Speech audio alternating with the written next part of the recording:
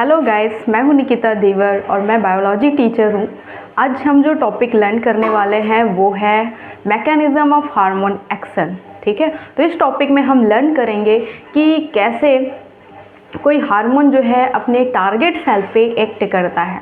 तो बेसिकली हम देखेंगे दो तरह के हार्मोन्स हैं, लिपिड सॉल्युबल और लिपिड इनसॉल्युबल। हम देखेंगे कि इन दोनों तरह के हार्मोन का अपने टारगेट सेल पे एक्ट करने का मैकेनिज्म कैसे होता है। ठीक है, so let's we start. So first of all, what is hormone? Hormone is chemical messenger and it is released by endocrine glands. Okay, and it is released into blood. ठीक है, हर एक हार्मोन का अपना डिफरेंट फंक्शन होता है। ठीक है, और एक स्पेसिफिक फंक्शन होता है। And so let's we start. And ये जो हार्मोन है, हार्मोन की दो कैटेगरीज हैं। First one is the lipid soluble, second one is the lipid insoluble hormone. ठीक है, तो ये जो लिपिड सॉल्युबल और लिपिड इनसॉल्युबल हार्मोन्स है, इनके अलग अलग एग्जाम्पल्स हैं। जैसे कि लिपिड सॉल्युबल हार्मोन्स का एग्जाम्पल है आयोडोथायरोनिन। कौन सा हार्मोन है? आयोडोथायरोनिन। आयोडोथायरोनिन में बेसिकली आपका आ जाता है T3 and T4, try iodothyronine and tetra iodothyronine, या इसी को मैं बोल सकती हूँ थायरॉक्सिन हार्मोन।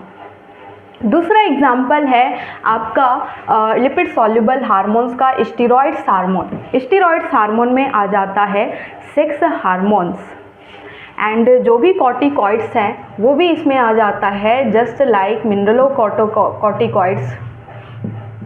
तो ये सब एग्जाम्पल है स्टीरॉयड्स हार्मोन के। दूसरा कैटेगरी है lipid insoluble hormone. Lipid insoluble hormones में आ जाता है कैटेकल अमीन्स। कैटेकल अमीन्स में आता है आपका epinephrine and norepinephrine hormone. Epinephrine and norepinephrine मतलब adrenaline and noradrenaline hormone. ठीक है, एंड नेक्स्ट एग्जाम्पल है प्रोटीनेशियस हार्मोन। ठीक है, ये भी लिपिड इनसॉल्युबल हार्मोन्स हैं। तो थायरॉक्सिन हार्मोन या T3 T4 हार्मोन और स्टीरॉयड हार्मोन को छोड़ करके जितने भी हार्मोन रिलीज होते हैं, जस्ट लाइक पिट्यूटरी ग्लैंड से, हाइपोथैलेमस से, पैंक्रियास से, तो ये सभी जो हार्मोन्स होते हैं इन सब का नेचर होता है प्रोटीनेशियस नेचर का। ठीक है, अब हम देखने वाले हैं, यहाँ तक तो देख लिया हमने कि लिपिड सॉल्युबल और लिपिड इनसॉल्युबल हार्मोन्स है और इसके एग्जाम्पल्स देख लिया। एग्जाम नेट में पूछा भी जाता है कि ये जो इपिनेफ्रिन हार्मोन है ये कौन सी कैटेगरी को बिलोंग करता है। ये एग्जाम्पल पूछा जा सकता है कि स्टीरॉयड हार्मोन्स का एग्जाम्पल्स। तो ये सारी चीज़ें आपको याद रखने हैं। अब हम देखने वाले हैं कि दोनों तरह के जो हार्मोन्स है, लिपिड सॉल्युबल और लिपिड इनसॉल्युबल, इन दोनों का सेल के सरफेस पे एक्ट करने का मैकेनिज्म कैसे होता है। ठीक है, सो लेट्स वी स्टार्ट। तो ये जो लिपिड सॉल्युबल हार्मोन्स है, ठीक है, आपको ऑलरेडी पता है कि कोई सेल होता है, सेल की जो बाउंड्री है प्लाज्मा मेम्ब्रेन, इसका भी नेचर क्या होता है? किससे बना होता है? लिपिड बाइलेयर से बना होता है ना। तो भाई जो हार्मोन का नेचर लिपिड नेचर का है, वो लिपिड नेचर वाली हार्मोन सेल को तो इजीली क्रॉस कर जाएगा, लेकिन लिपिड इनसॉल्युबल हार्मोन ये इजीली क्रॉस नहीं कर सकता। ठीक है, तो देखते हैं हम। Suppose this is the cell, तो हम यहाँ पे समझ रहे हैं लिपिड सॉल्युबल हार्मोन का मैकेनिज्म ऑफ एक्शन कैसे होता है किसी टारगेट सेल पे। ठीक है, तो यहाँ पे मैं लेती हूँ एक सेल लेती हूँ, this is the cell, this is the cell, and ये है सेल की प्लाज्मा मेम्ब्रेन। ठीक है, मैं यहाँ पे लिख देती हूँ this is the plasma membrane या cell membrane, plasma membrane, and this is the cytosol या cytoplasm, and this is the nucleus.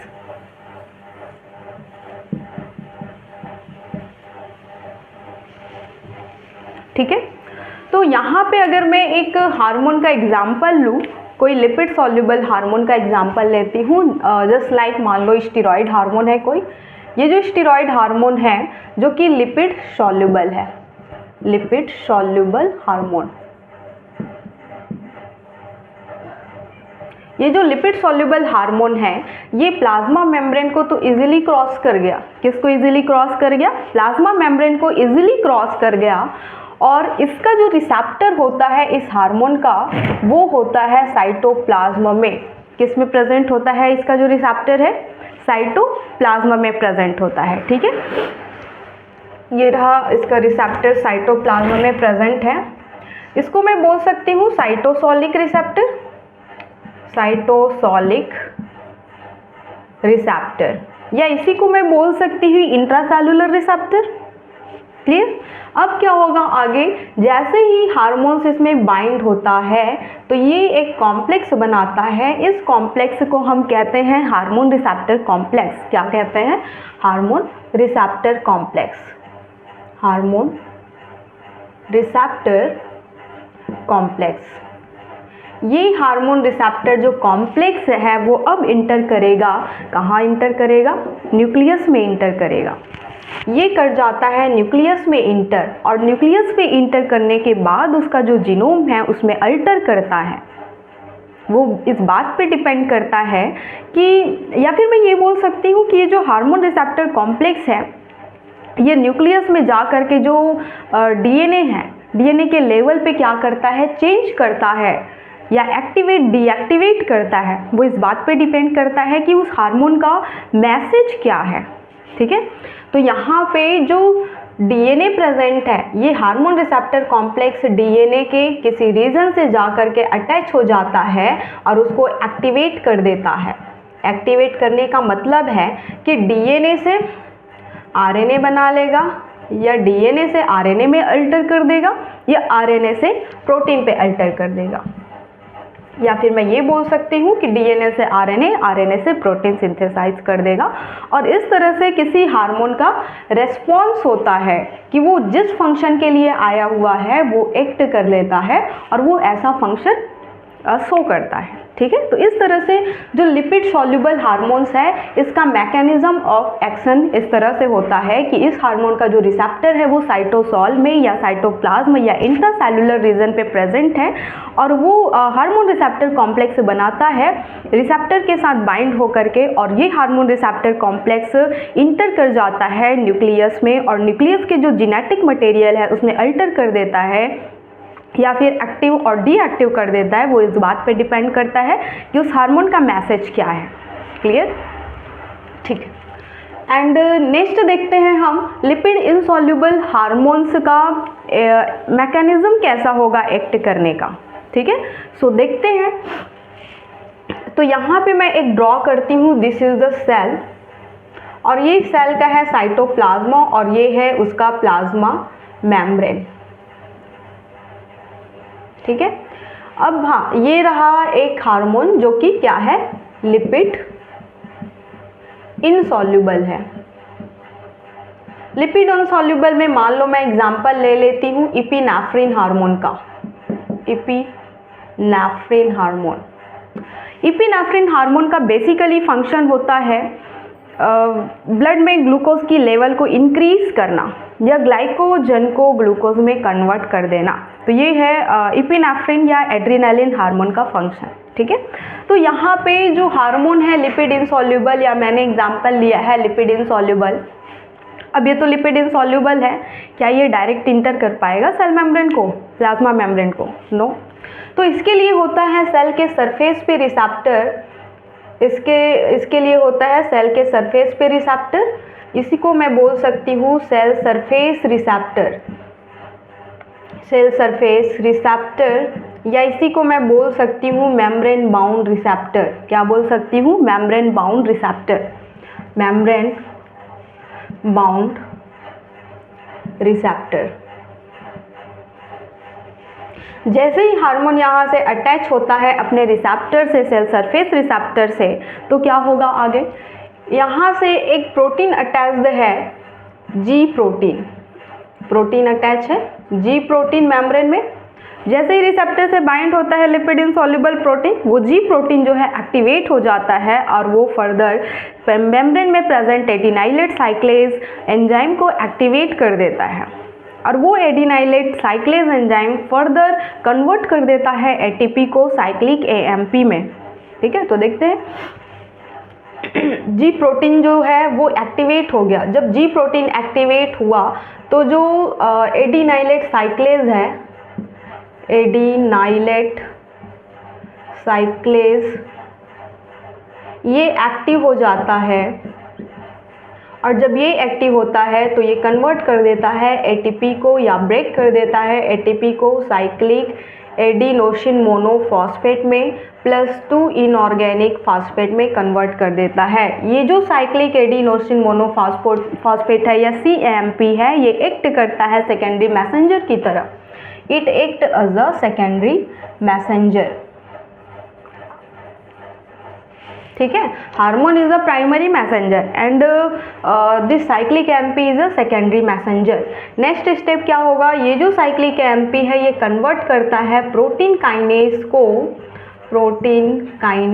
को एक्टिव कर देता है। ठीक है, जब प्रोटीन काइनेज एक्टिव होता है तो इस हार्मोन का जो अल्टीमेटली फंक्शन है एपिनेफ्रिन का, इसका अल्टरनेट फंक्शन क्या होता है, ग्लाइकोजन को ग्लूकोज में कन्वर्ट कर देना। ठीक है, तो ये अपना फंक्शन परफॉर्म करता है, ग्लाइकोजन को कन्वर्ट कर देता है किसमें, ग्लूकोज में, और ग्लूकोज जो है ब्लड में अब रिलीज हो जाता है। ठीक है, तो इस तरह से यहाँ पे होता है लिपिड इनसॉल्युबल हार्मोन का मैकेनिज्म ऑफ एक्शन। तो दोनों में आपको डिफरेंस नज़र आ रहा है। डिफरेंस कहाँ नज़र आ रहा है कि जो लिपिड सॉल्युबल हार्मोन का जो रिसेप्टर है वो कहाँ प्रेजेंट है, साइटोसॉल में प्रेजेंट है या साइटोसॉलिक रिसेप्टर है, जबकि लिपिड इनसॉल्युबल जो हार्मोन्स है इसका रिसेप्टर कहाँ प्रेजेंट है, सेल के सरफेस पे प्रेजेंट है या मेम्ब्रेन बाउंड रिसेप्टर है। क्लियर। दूसरा डिफरेंस क्या देखा, दूसरी चीज़ें ये है कि ये जो एक्शन है ये लिपिड सॉल्युबल हार्मोन का, ये क्या होता है, बहुत ही स्लो रिस्पॉन्स होता है या स्लो एक्शन होता है, slow response but long lasting effect. Process भले ही स्लो हो रही हो लेकिन उसका इफेक्ट जो है लॉन्ग लास्टिंग, बहुत टाइम तक देखने को मिलता है किसका, लिपिड सॉल्युबल हार्मोन का, बट लॉन्ग लास्टिंग इफेक्ट। ठीक है, यहाँ पे प्रोसेस जो है फास्ट चल रही है, फास्ट लेकिन शॉर्ट टर्म इफेक्ट। नेक्स्ट क्या डिफरेंस है दोनों में, डिफरेंस ये है यहाँ पे कोई भी सेकेंडरी मैसेंजर प्रोड्यूस नहीं होता, लेकिन यहाँ पे सेकेंडरी मैसेंजर प्रोड्यूस होता है। ठीक है, सेकेंडरी मैसेंजर जो है प्रोड्यूस होता है किसमें, लिपिड इनसॉल्युबल हार्मोन के मैकेनिज्म ऑफ हार्मोन एक्शन में। क्लियर। ये जो सेकेंडरी मैसेंजर है जरूरी नहीं है कि साइक्लिक AMP ही हो, ये सेकेंडरी मैसेंजर हो सकते हैं आपका, एक तो CAMP हो सकता है, दूसरा साइक्लिक GMP हो सकता है गॉनोसिन मोनोफॉस्फेट, तीसरा IP3 हो सकता है inositol triphosphate, and calcium ion हो सकते हैं, एंड डाईअसाइल ग्लिसरॉल हो सकते हैं। ठीक है, तो ये सभी जो हो सकते हैं साइक्लिक AMP, क्वेश्चन में पूछा जा सकता है कि इसमें से कौन सा साइक्लिक AMP नहीं है या कौन सा साइक्लिक AMP है, तो आपको ये पता होना चाहिए। ठीक है, आगे देखते हैं कि यहाँ पे और क्या डिफरेंस देखने को मिल रहा है। यहाँ पे डिफरेंस ये देखने को मिल रहा है कि आपको यहाँ पे लिपिड सॉल्युबल हार्मोन के मैकेनिज्म ऑफ एक्शन में कोई भी कास्केड रिएक्शन देखने को नहीं मिल रहा है। ठीक है, नो कास्केड रिएक्शन, लेकिन यहाँ पे आपको कास्केड रिएक्शन देखने को मिल रहा है। कास्केड रिएक्शन का मतलब होता है series of chain reaction. Series of chain reaction कहने का मतलब क्या है कि यहाँ पे देखो, जैसे ही रिसेप्टर से बाउंड हुआ हार्मोन, ये जी प्रोटीन को एक्टिवेट किया, जी प्रोटीन ने किसी और को एक्टिवेट किया, उसने किसी और को एक्टिव किया, तो यहाँ पे सीरीज ऑफ चेन रिएक्शन देखने को मिल रहा है ना, this is the cascade reaction. लेकिन क्या आपको लिपिड सॉल्युबल हार्मोन के केस में ऐसा कोई कास्केड रिएक्शन देखने को मिल रहा है? नो। ठीक है, तो ये डिफरेंस हो गया। और क्या रह गया इसमें, कास्केड रिएक्शन हो गया। हाँ, एक चीज़ और कि हम पढ़ते हैं या आपने पढ़ा है कि जो हार्मोन है, हार्मोन को एक्ट करने के लिए बहुत ही ट्रेस अमाउंट की ज़रूरत है। ठीक है, हार्मोन का मतलब काम करने के लिए उसका बहुत ही थोड़ा अमाउंट जो है काफ़ी है। ऐसा क्यों? क्योंकि यहाँ पे सिग्नल का एम्प्लीफिकेशन देखने को मिलता है। सिग्नल का एम्प्लीफिकेशन देखने का इसका मतलब क्या होता है? सिग्नल का एम्प्लीफिकेशन का मतलब होता है जैसे यहाँ पे सॉरी यहाँ पे एक एपिनेफ्रिन हार्मोन जो है रिसेप्टर से बाइंड होता है, उसने केवल एक ही जी प्रोटीन को एक्टिवेट नहीं किया, उसने मान लो सपोज 10 जी प्रोटीन को एक्टिवेट कर दिया। 10 जी प्रोटीन कपल रिसेप्टर ने या जी प्रोटीन ने 20 एडिनाइलेट साइक्लेज को एक्टिवेट कर दिया। और ये जो एडिनाइलेट साइक्लेज है, 20 एडिनाइलेट साइक्लेज ने मान लो बहुत सारे एटीपी को क्या कर दिया? एक्टिवेट कर दिया या उसको साइक्लिक एएमपी में कन्वर्ट कर दिया। तो यहाँ पे क्या देखने को मिल रहा है? सिग्नल का एम्प्लीफिकेशन देखने को मिल रहा है। क्लियर? जिसकी वजह से हार्मोन भले ही थोड़ा रहे लेकिन वो वर्क करने के लिए काफ़ी है। So this is our topic mechanism of hormone action. I hope कि आपको समझ में आया हो। Thank you.